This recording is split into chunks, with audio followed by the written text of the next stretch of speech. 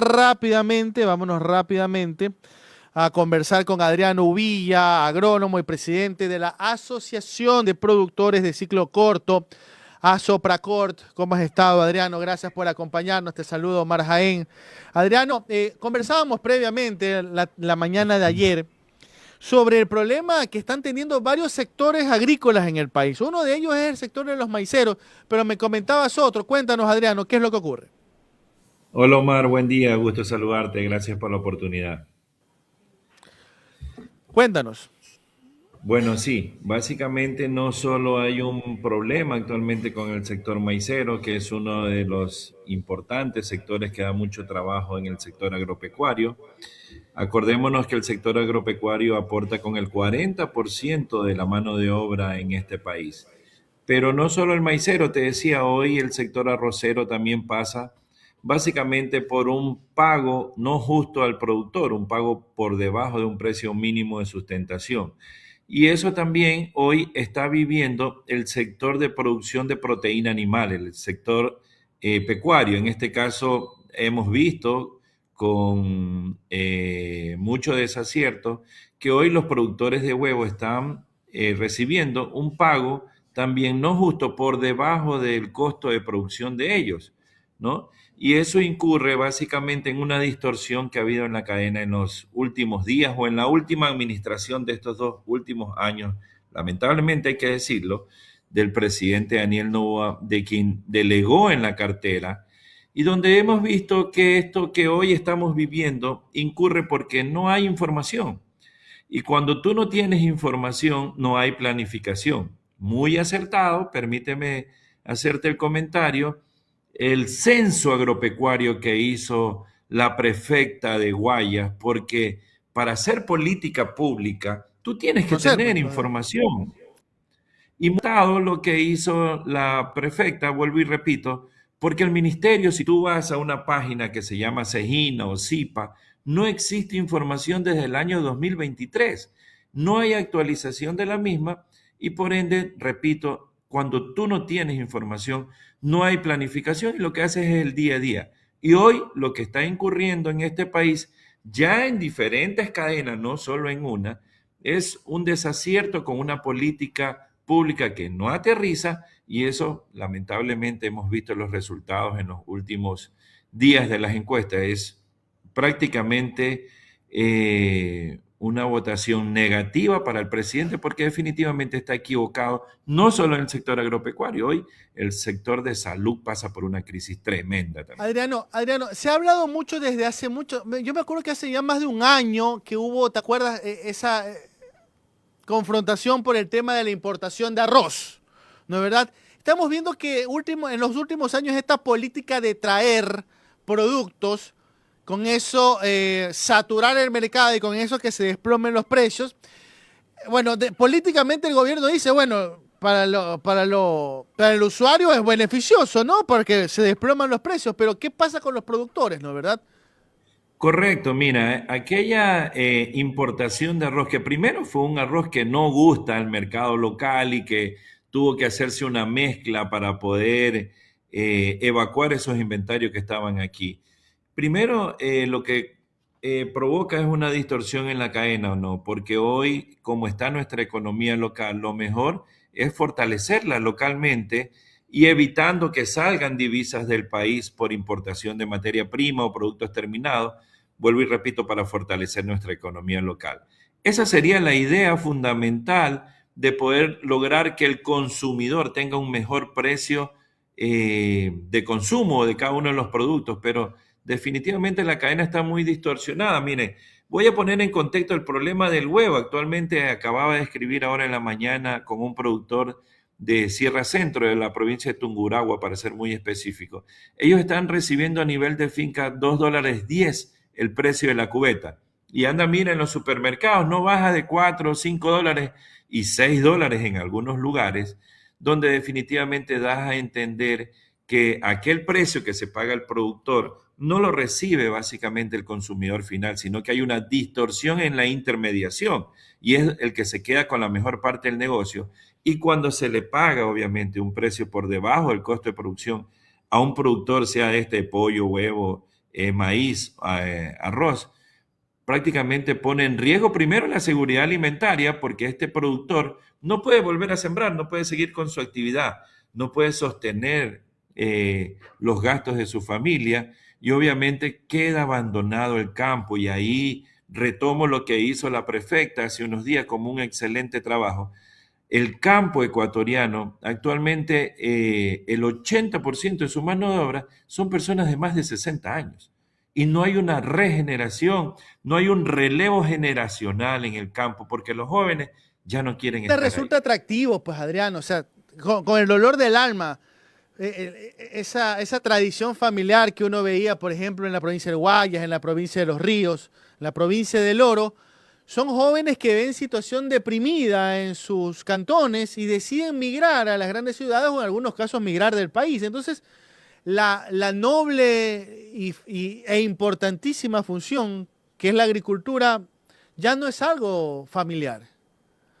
Correcto, ¿no? Y hemos visto buenos intentos del presidente Daniel Noboa en este caso de generar una expectativa de estos jóvenes emprendedores de un proyecto de más de 180 millones de dólares para que el joven ponga la visión al campo, para que vea que sí hay oportunidades, pero proyectos como esos realmente hay que preguntar la ejecución y cuál fue el resultado de los mismos, porque vemos que los jóvenes definitivamente no vieron atractivos proyectos como estos.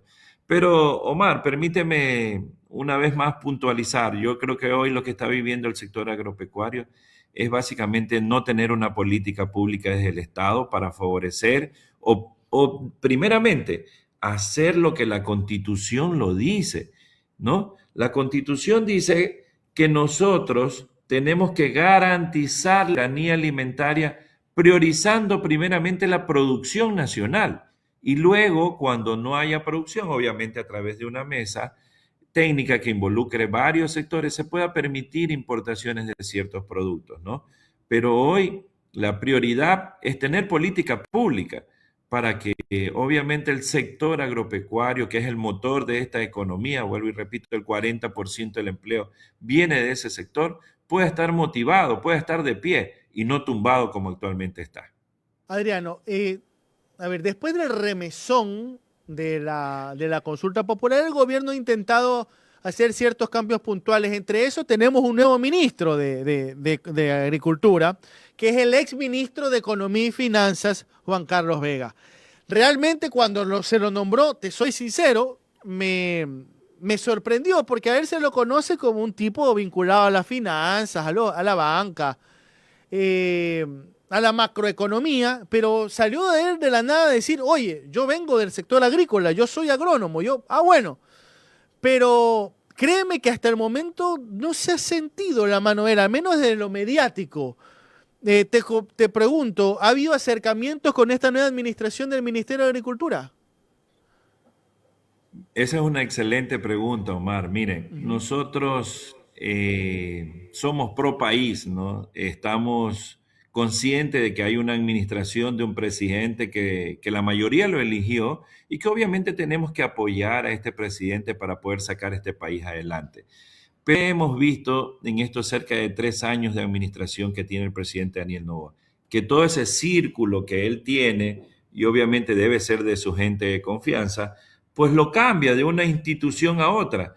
Y aquí cabe la pregunta, si ya este ministro, Juan Carlos Vega, fracasó en un ministerio muy importante como es el de Finanzas, pues ¿qué viene a hacer al Ministerio de Agricultura? Nosotros, y me lo acabas de preguntar, hemos enviado un sinnúmero de cartas a través de varios gremios y no estamos siendo atendidos. No solo al ministro, a la presidenta de la Comisión de Soberanía Alimentaria, la ingeniera Yanina Rizzo, que también conocemos, que es del círculo de confianza del señor presidente y que ella La conoce, señora Rizzo es la presidenta de esa comisión. correcto, es la presidenta de la Ah, Comisión de Soberanía Alimentaria y es una funcionaria de carrera que ha tenido el grupo empresarial de la familia del presidente Novoa, claro. Ujú. siendo ella funcionaria de Molinería Nacional, que entiende esto del sector agropecuario. Pero vuelvo y repito, hemos escrito varias cartas, hemos enviado varios correos y hasta la vez hemos sido atendidos, ¿no? ¿Y qué creemos que básicamente hoy hace que no nos atienda el ministro? Básicamente que no tiene información y no tiene una visión de hacia dónde tiene que ir el sector agropecuario y Adriano, básicamente el pero Ministerio de Agricultura.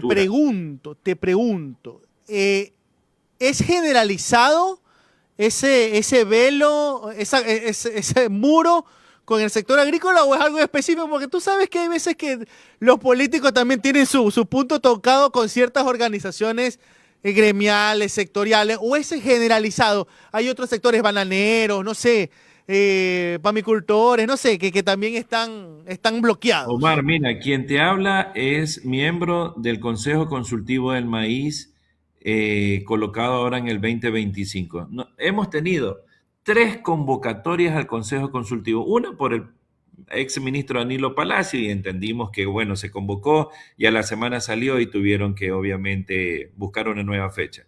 Pero el actual ministro, Juan Carlos Vega, ha convocado 2 veces, incluso nos convocó a Quito y muchos compañeros como de Loja, del Oriente, estábamos en camino, donde la reunión era el día martes 10 de la mañana y el día lunes a las 5:40 de la tarde nos llega un mensaje por WhatsApp, incluso bien informal, de que se suspendía el consejo. Entonces, definitivamente no hay política pública, no hay planificación. Y esto de que te digo de que no nos escuchan hace unos días, no solo en nuestro sector, pude ver en un noticiero a un importante médico y presidente de un gremio importante de la salud que también había ofrecido El doctor Carrasco, reuniones y sí. había... Sí, y no ha sido atendido. Entonces, esta desatención de los sectores prácticamente es una forma generalizada. Y permíteme acotar algo, mira, no hay política pública, no hay planificación y hay un ente importante dentro del Ministerio de Agricultura que es la Subsecretaría de Comercialización. Nombraron un subsecretario donde estuvo apenas 2 días, el ministro Juan Carlos Vega, y luego lo mandó con un perfil de programador de sistemas. Yo obviamente no quiero desmerecer la profesión de nadie, peor de este funcionario, pero lo mandaron como director ejecutivo posterior a Agrocalidad, a un ente enteramente técnico, donde es el rector de la política fitosanitaria. Y la subsecretaría actualmente está con un vacío. No hay subsecretario. Entonces, hoy los maiceros, nosotros estamos complicados con la comercialización. Y hay un reglamento, hay un acuerdo ministerial número 134 que rige desde el Ministerio de Agricultura, donde él es básicamente el veedor y el que da seguimiento a este acuerdo ministerial. Y él tiene que dar seguimiento a la absorción de grano de maíz de la industria nacional por parte de la producción de los productores. Estamos en plena cosecha de verano y no tenemos absorción. ¿Y qué incurre eso en que no nos compren nuestro grano? Que no podemos pagar nuestros proveedores, no podemos pagar el IES, no podemos pagar el SRI, no podemos pagar los décimos a nuestros colaboradores y por ende no podemos volver a sembrar porque la campaña de invierno ya arranca ahora en el mes de enero. Entonces, complicado todo el panorama del sector agropecuario con un ministro que obviamente damos a entender o él da a conocer que no está preparado para una cartera tan importante de este país. Adriano, y para ir cerrando, mira, probablemente ahorita hay cortocircuito en la comunicación con el ministerio, pero utilicemos este medio, aunque sea, estos micrófonos, para plantearle cosas al ministerio. ¿Qué es lo que urgentemente necesita el sector, por lo menos de ciclo corto? ¿Qué se necesita en estos momentos? Ojo, no estamos contando todavía con el tema de que ya se nos viene el invierno, que sabemos que siempre es dolor de cabeza para los productores. Pero ¿qué es lo que se necesita de manera urgente para este sector? Bueno, básicamente el diálogo, porque sin diálogo no hay acuerdos, ¿no? Y como varios gremios y como básicamente el Consejo Consultivo, donde hay 9 representantes de varias provincias productoras a nivel nacional, tanto de maíz como arroz, nosotros lo que queremos es un diálogo con el ministro para buscar un camino de mejores días. El sector avícola, el sector pecuario también quiere un diálogo con el ministro para poder encontrar en esas mesas un camino de buscar mejores días para el país. Y también lo que necesitamos es que haya información. Este trabajo que hizo la prefecta tiene que replicarlo en los demás prefectos del país, porque el Ministerio de Agricultura duerme un sueño eterno. El INIAC, que es el ente encargado de hacer investigación agropecuaria, también duerme un sueño eterno. Y esa es nuestra preocupación hoy en el día a día, porque básicamente no hay información, no hay planificación, pero las políticas a corto plazo, y retomo lo que usted dice, Omar, y gracias por la oportunidad para tener aquí en este medio un diálogo. Invitamos a un diálogo al señor ministro que nos atienda a varios gremios para buscar un camino que conduzca al Ecuador a mejores días, a generar empleo desde el sector productivo. Vuelvo y repito, hoy si motiváramos empleo en un rubro como el de soya, del cual se van 2.000 millones de dólares del país por importación de pasta de soya para el sector balanceador, donde ellos, el mayor usuario de esta pasta de soya es el sector acuacultor, el de producción de camarón.